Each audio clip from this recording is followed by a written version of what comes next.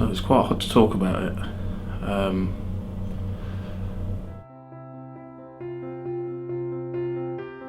I'm Mike Wilson, 37.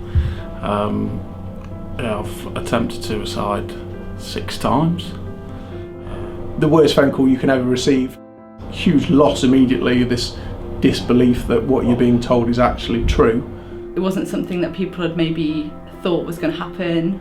It wasn't like Henry was super sad all the time. He was the bubbliest guy you ever meet. He was always cracking a joke. I wish at the time, rather than trying to do that, I'd have spoken to somebody else and reached out before it got to that point. There is no closure for us as a family. All we know is that Mark hopefully found some peace on that day. If Will was here now, the biggest thing I'd say to him is that I wished he'd opened up. I wish he'd been able to find somebody that he could talk to.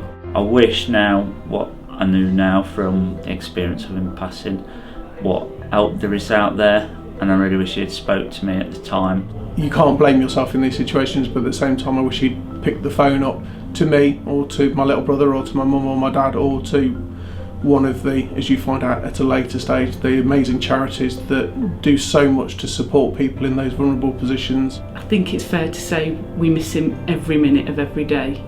After this last year, I'd probably say, like, look at all this you're missing out on. If you take the chance to speak to somebody, you never know how much better it might make you feel. I just wish that I'd had that opportunity to speak to Will and tell him that. I'd just beg anyone to try and think and talk to somebody and not let it get to that stage. Suicide is the biggest killer of men under 45 in this country. Let's help change that shocking statistic. If you're struggling, please talk to a professional, your friend, or even someone you're sat next to on match day. Please don't suffer in silence.